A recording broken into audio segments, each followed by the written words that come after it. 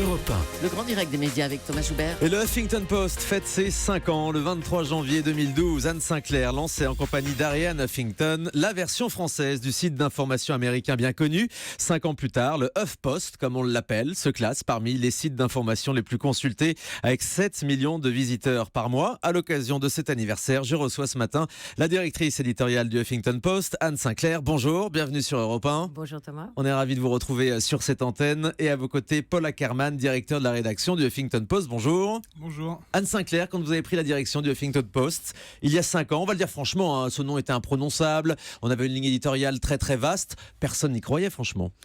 Nous, oui.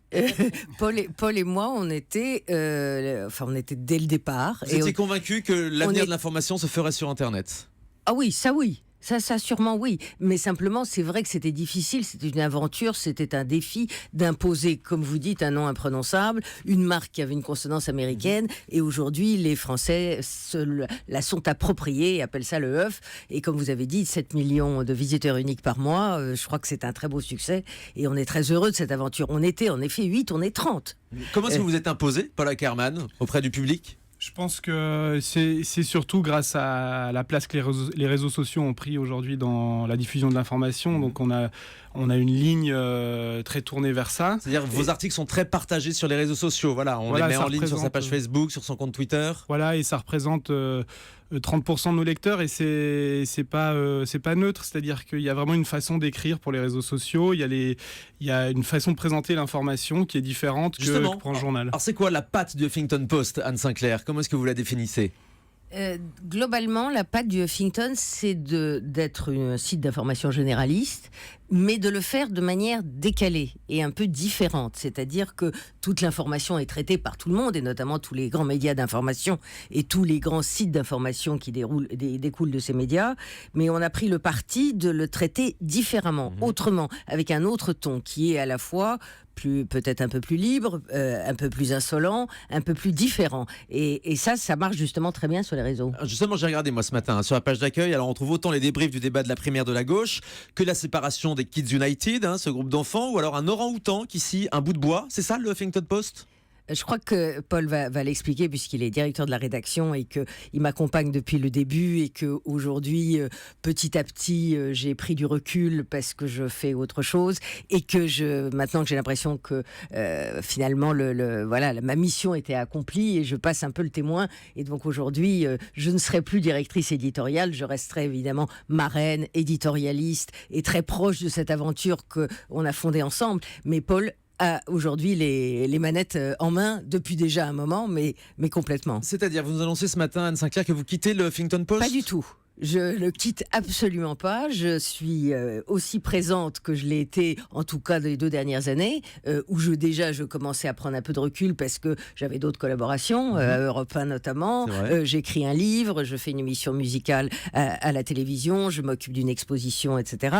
Donc j'ai aussi d'autres activités. J'ai pris du recul, et surtout Paul, qui est aux manettes avec moi depuis le début, a aujourd'hui, avec Alexandre Phalippou, qui est le rédacteur en chef, vraiment la maison en main. Mais vous ne serez plus directrice éditoriale. Je ne serai plus directrice éditoriale, qui est un poste qu'on avait créé au départ pour peut-être que j'apporte mon expérience de vieille professionnelle avec cette équipe de très jeunes. C'est pas le mot adapté, Anne. Et voilà, ils n'ont plus besoin de maman. Ouais. Ils sont très grands. Vous étiez la maman de la rédaction, c'est ça ? Oui, enfin, je sais pas, peut-être la grand-mère même. Paul Ackerman, Anne Sinclair, elle vous a apporté quoi ?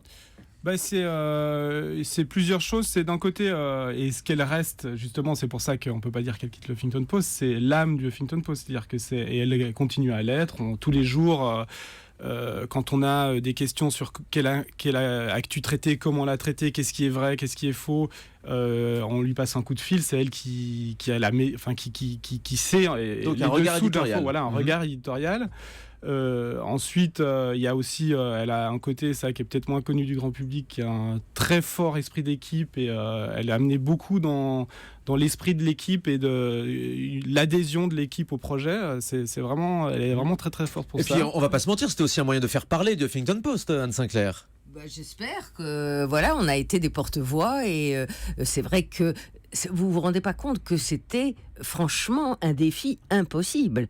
Et aujourd'hui, on fait cocorico, les nouvelles ne sont pas génialement bonnes dans le monde, donc nous, on est contents déjà de pouvoir dire que on est aujourd'hui dans les sites leaders d'information en France, disons dans les 10 grands sites leaders d'information en France, en vidéo, qui est une énorme partie aujourd'hui de notre trafic, et un énorme succès. On a 10 personnes sur 30 qui se consacrent à la vidéo, et aujourd'hui, on le disait avec Paul là tout à l'heure, qui avait des chiffres tout frais, on a une consultation de nos vidéos de manière vraiment exceptionnelle. Ah oui, je pense que sur la consultation de nos vidéos, sur nos articles, on est vraiment parmi les tout premiers en France. Alors sur le contenu, Paul Ackerman, si j'en reviens à la question de tout à l'heure, entre la vidéo de Laurent Houtan, donc ici Dubois, et les débriefs de la primaire, qu'est-ce qui va être le plus regardé aujourd'hui ?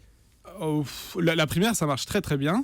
Parce que je voulais revenir sur la liste était très bonne. Sur la primaire, je pense que vous aurez remarqué qu'il n'y a pas un titre qui n'est pas surprenant. C'est-à-dire qu'on aura fait peut-être 5-6 papiers sur le débat de la primaire d'hier soir. Chaque fois, c'est le sujet surprenant, le sujet à la fois qui vous informe sur le débat, mais aussi qui vous accroche sur les réseaux sociaux. Un petit angle décalé, quoi. Voilà, exactement, à chaque fois, même si on a par exemple une grosse analyse de tous les débats, mais à chaque fois présenté de manière surprenante.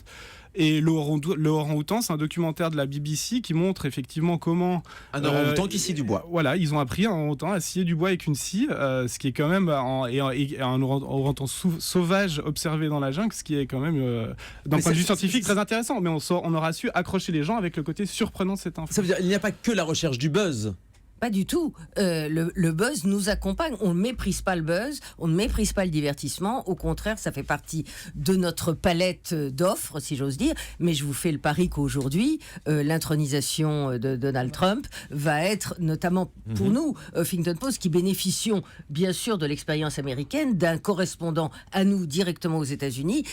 On est presque en lien privilégié avec ce qui va se passer aujourd'hui de majeur sur la planète. Ça, c'est certain. D'ailleurs, Anne Sinclair, vous qui connaissez bien les États-Unis, quel regard vous portez sur ce président pas normal, comme le qualifie le Parisien aujourd'hui en France ce matin ? Un peu le même regard que tous les Français qui sont à 85% atterrés par ce qui se passe.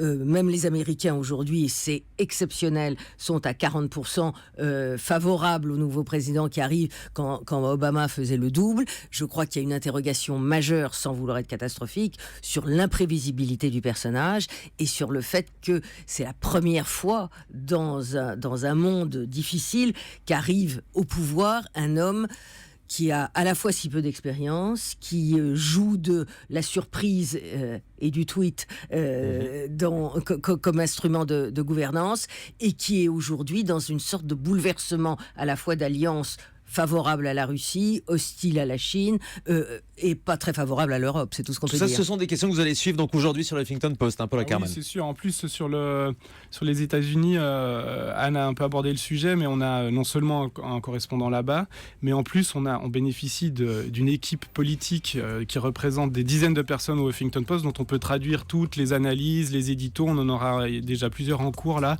Donc, en gros, des personnes les plus pointues sur les questions politiques aux États-Unis. Notamment qui s'appelle Howard Feynman, dont on traduit beaucoup les articles, et qui est le directeur politique du Huffington Post. Il y a des passerelles entre les États-Unis et la France. Oui, bien sûr. C'est-à-dire qu'on va chercher chez eux ce qui peut intéresser les Français. Je ne sais pas si l'inverse est vrai. Si, d'ailleurs, de temps en temps, quand il se passe des choses en France, ils nous traduisent. On vous encourage à le faire. Anne Sinclair, quand est-ce qu'on vous revoit à la télévision ? Oh, pas de sitôt. Moi, je fais une émission par an, vous savez. Fauteuil d'orchestre sur France 3, on a eu un numéro début janvier. J'ai fait une émission il y a 1 an, j'en ai fait une il y a 3 semaines, et on verra la prochaine. Mais vous savez, c'est un rythme qui me convient bien. Je n'ai pas envie de faire de la télévision de manière régulière. Je trouve que l'exception, c'est quelque chose d'intéressant. Et surtout la musique classique, qui est mon dada de toujours et depuis que je suis enfant. Donc, quand on m'a proposé, quand France 3 m'a proposé ça, j'étais absolument enchantée. Mais je ne suis pas pour occuper l'espace beaucoup. Restez avec nous sur Europe 1. Anne Sinclair et Paul Ackerman sont nos invités ce matin.